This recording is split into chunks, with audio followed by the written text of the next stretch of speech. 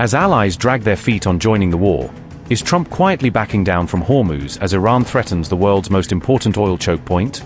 President Trump wants you to commit the Royal Navy now to keeping the Straits of Hormuz open. I think you're saying no to that. Is that right? Well, we're looking through the options. It is difficult, of course, it's difficult. There's no hiding that.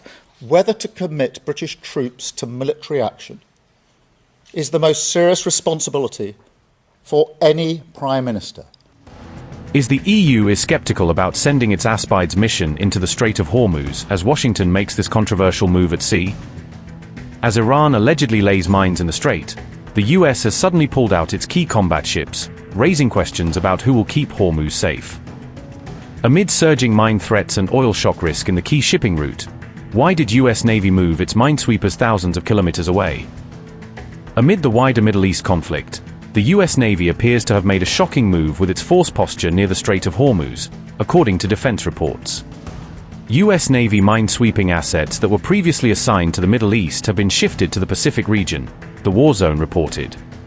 2 of the 3 littoral combat ships that had been tasked with minesweeping and mine-hunting duties in the Gulf have now appeared in Malaysia, according to those reports. This pair consists of USS Tulsa and USS Santa Barbara, both of which had arrived in Bahrain within the past year as part of the US naval presence in the Middle East. Social media images have shown these combat ships tied up at the North Butterworth container terminal in Malaysia. The pictures are reported to have been taken on March 15th, alleging that the vessels were in port at Penang on that date. Independence-class LCS ships are fitted with a mine countermeasures mission package for hunting and clearing sea mines. The package tows mine-hunting sonar behind the ship to spot and classify underwater mines. Unmanned surface vehicles fitted with mine-sweeping gear are used to trigger or clear mines at a safe distance. MH-60 Seahawk helicopters carry sensors and neutralization systems to detect and destroy mines from the air. The timing of the move is striking because it comes as Iranian attacks have effectively halted most commercial maritime traffic through the Strait of Hormuz. Iranian sea mines are widely considered a major ongoing threat to the future security of the waterway, according to multiple security assessments. However, analysts note that the exact extent to which Iran has already seeded naval mines in the strait remains unclear from available intelligence and public reporting. US officials have said American forces destroyed nearly 10 Iranian mine-laying vessels on March 10th, as part of a broader campaign to counter Iranian threat. Defense experts have argued that moving the minesweeping configured ships out of Bahrain may in fact be a prudent decision given the current risk environment. The Gulf state of Bahrain itself lies well within range of Iranian ballistic missiles and long-range kamikaze drones, putting forward-based naval assets at risk. US military facilities in and around Manama have already come under multiple Iranian attacks since February 28, highlighting their vulnerability. Recent US military strikes on Iranian vessels while they were docked in port have underscored how exposed ships can be when berthed, compared to when they are at sea. The US has been leaning hard on European and Asian partners to help secure the Strait of Hormuz, with Trump publicly urging the UK, France, China, Japan, and others to send warships. Against that backdrop, the European Union is now weighing whether to extend its Aspides naval mission from the Red Sea into the Strait of Hormuz. The UK government says it is discussing a range of options with allies to restore the security of shipping through the strait. However, British Prime Minister Keir Starmer said on March 16th that it would be difficult for the Royal Navy to commit additional warships to Hormuz, and has already declined Trump's request for destroyers. Mr. President, which countries have said that they will help? Well, I can't say yet. It's a little early. They've contacted today and last night, but we've had some positive response. We had a few that would rather not get involved. Is China one of them? I don't want to tell you about that. I mean, I can't really say for sure, but China's an interesting case study. They get most of their oil, as you know, by far. They get a lot, about 90% from the strait. So I said, would you like to come in and we'll find out. Maybe they will, maybe they won't. You know, there's some other deeper reasons why they may not. They should come in my opinion. It never made sense for years. If you go back and look at what I've said years ago, I said, why aren't we maintaining the Hormuz Strait when it's really there for China and many other countries? Why aren't they doing it? And that's because we had weak leadership, to be honest with you. But I'm bringing it up now even long term, I think it's something that other countries should help us with. How many other countries, Mr. President? And again, remember this, about 7. We talked to about 7. About 7.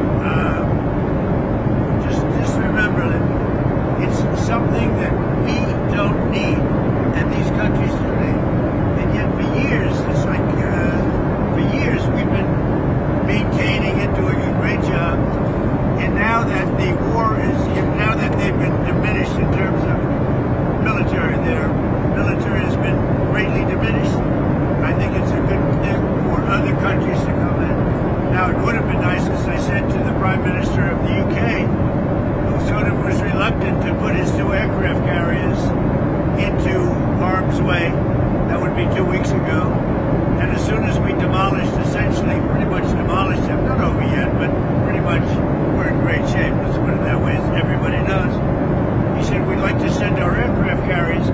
I said, I don't want them after we win the war. I want them before we start the war. So whether we get support or not, but I can say this, and I said it to them, we will remember. How soon, sir, would this begin? Well, it start immediately, but it will take a little time to get here. Some of the countries have minesweepers, that's good. Some of the countries have a certain type of boat that could help us. Some of the countries would be, helpful. Remember, it only takes a couple of people to screw up the strait, a couple of terrorists. You don't need, their military is defeated, but all you need is a few people dropping mines here and there, and, you louse it up. So we need, I'm demanding that these countries come in and protect their own territory, because it is their territory.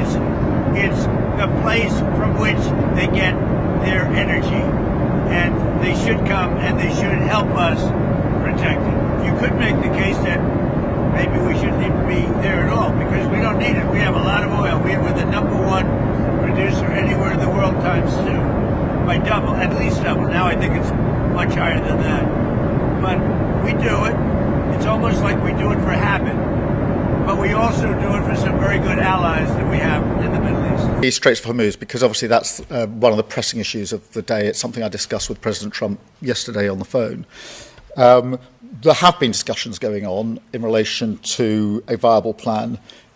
We want to make sure that that involves as many partners as possible. That's been our stated objective here, particularly talking to European partners, inevitably talking to Gulf partners and to the US, because we need a credible, viable plan if we can. And as I said a moment ago, this is, to say the least, not easy. It is not straightforward, and therefore we have to make sure that we've got that credible plan in place. As to what the precise options are, as I say, mine hunting systems of ours are already in the region. We've already spoken about what we can do in relation to anti-drone capability. But this isn't just about what the UK can do. It's about how we play a part in bringing others together behind a viable plan. So that's where we're at the moment. Well, we're looking through the options. It is difficult, of course. It's difficult. There's no hiding that. But that's what we're working on in terms of a viable plan, because ultimately we need to get the straits opened. Otherwise, the price of energy will remain very high for reasons that everybody understands. So it's part and parcel of what we're doing on the cost of living.